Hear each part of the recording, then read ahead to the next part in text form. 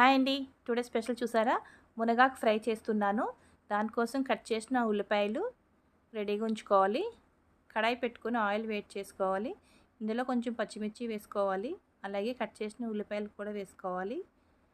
బాగా ఫ్రై చేసుకోవాలి. కొంచెం సేపు మూత పెట్టుకుంటే బాగా ఫ్రై అవుతాయి. చూడండి, మన ఆనియన్స్ బాగానే ఫ్రై అయిపోయినాయి. సో ఇప్పుడు మనం ఇందులో ముందుగా కడిగి పెట్టుకున్న ములమాకుని వేసుకుని బాగా ఫ్రై చేసుకోవాలి. ఈ మునగాకు బాగా లేతదండి.